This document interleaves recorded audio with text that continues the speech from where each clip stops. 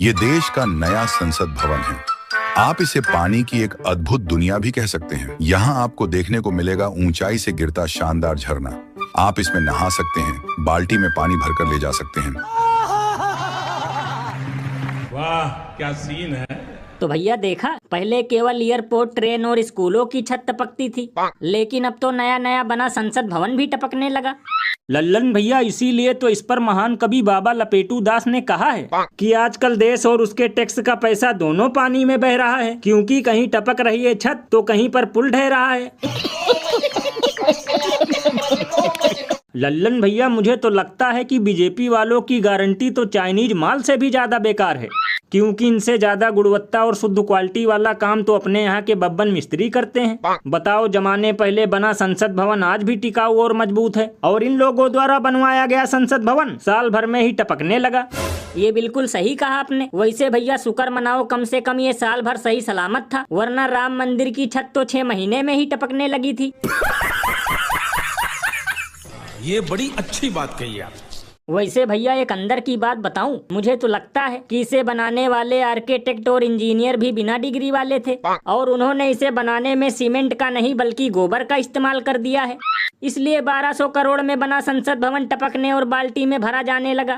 लल्लन भैया, इसीलिए तो लोग घनघोर बेइज्जती करते हुए ये कहते हैं कि ऐसे ही साल 6 महीने में टपक जाएगी इनकी सरकार, क्योंकि अब की बार ये भी है बैसाखी पर सवार।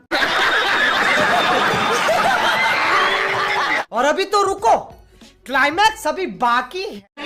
ऐसा है, केवल रील बनाने वाले लोग नहीं, हम मेहनत करने वाले लोग हैं, काम करने वाले लोग हैं। आपकी तरह रील बना के दिखाने वाले लोग नहीं हम, समझे ना। बैठो। तो भैया सुना, रेल के साथ साथ अब रेल मंत्री भी पटरी से उतर चुके हैं, क्योंकि अब ये भी संसद में धत धुत चुपचाप बैठ जा जैसी भाषा का इस्तेमाल करने लगे हैं। लल्लन भैया, यही सुनकर तो मुझे कल से जोरों की हंसी आ रही है, क्योंकि इन लोगों से बढ़िया भाषा का इस्तेमाल तो सब्जी बेचने वाले करते हैं। अरे बाप रे, ये तो धोती खोल रहा है। बताओ, आए दिन ट्रेन के डिब्बे हवा में उछल रहे हैं, पहिए पटरी से नीचे भाग रहे हैं, लेकिन खबरदार अगर किसी ने कुछ बोला तो मतलब भैया यहाँ भी जिम्मेदारियों से पीछा छुड़ाया जा रहा है और उल्टा विपक्षियों को अंट संट सुनाया जा रहा है। भैया इसीलिए तो लोग घनघोर मजाक करते हुए ये कहते हैं कि कुर्सी है तुम्हारा जनाजा तो नहीं, अगर कुछ कर नहीं सकते तो उतर क्यों नहीं जाते। और भैया एक अंदर की बात बताऊं, कभी कभी तो मैं सोचता हूं कि अब सरकार को ट्रेन बंद करके नाव और पानी वाली जहाज चलवा देना चाहिए, क्योंकि ट्रेन संभल नहीं रही है और पानी देश में चारों तरफ लबालब भरा है। लोग इसी से अपने घर आ जा सकते हैं। लेकिन लल्लन भैया, इसमें भी तो दिक्कत है। अगर कहीं खुला मिल गया गटर का द्वार तो यात्रीगण पहुंच जाएंगे सीधे हरिद्वार।